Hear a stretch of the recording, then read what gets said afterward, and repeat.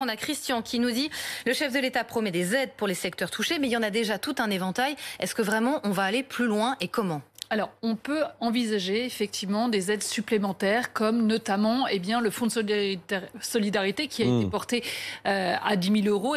Pourquoi pas le porter à 15 000 euros? Ça permettrait à certains gérants d'établissements de faire face aux loyers qui continuent de tomber. Et puis, il y aura aussi tous ces remboursements d'emprunts, le PGE, le prêt garanti de l'État, qui là aussi, il va falloir penser à le rembourser. On peut envisager que le gouvernement prenne des décisions pour justement prolonger ou différer les remboursements. Alors, le chômage partiel à 100%. Dominique se demande si le secteur aérien est concerné et si oui, jusqu'à quand ? Et oui, tout à fait. Le secteur aérien fait partie des 86 secteurs dits protégés. Le chômage partiel est donc à 100% jusqu'à la fin de l'année. On touche 100% ?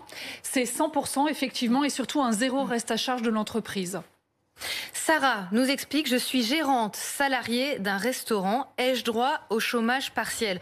Alors en temps normal, non pour les dirigeants, mais là attention, elle est dirigeante salariée et depuis le mois de mai, les règles ont changé. Voilà, tout à fait. Alors le dispositif du chômage partiel n'est pas ouvert aux dirigeants d'une société qui n'a pas le statut d'assimilé salarié. Il faut absolument qu'il ait un contrat de travail distinct de son mandat de gérance et il touchera le chômage partiel uniquement pour la partie de son activité correspondant à son contrat de travail. Et juste pour revenir sur votre question précédente, vous demandiez s'il allait toucher 100% le salarié, vous parliez. Non, le salarié, c'est 87%. Voilà, c'est ça. La prise en charge de 100% que vous disiez, c'était pour l'entreprise.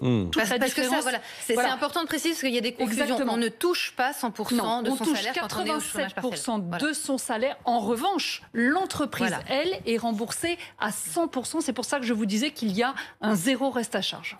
Qui peut bénéficier du fonds de solidarité? Qu'est-ce que ça représente comme montant, se demande Guillaume. Alors, il y a 1,7 million d'entreprises qui ont bénéficié du fonds de solidarité. Depuis le mois de juillet, ce dernier est réservé au secteur du tourisme, de l'événementiel, de la culture et du sport. Et depuis la semaine dernière, au secteur dont l'activité dépend des secteurs fermés administrativement, notamment les fleuristes ou bien encore les pressings y ont accès. Cette aide peut aller jusqu'à 10 000 euros. Elle est réserve aux entreprises de moins de 50 salariés sans limite de chiffre d'affaires et bien sûr des entreprises qui ont perdu un peu plus de 70% de leur chiffre d'affaires.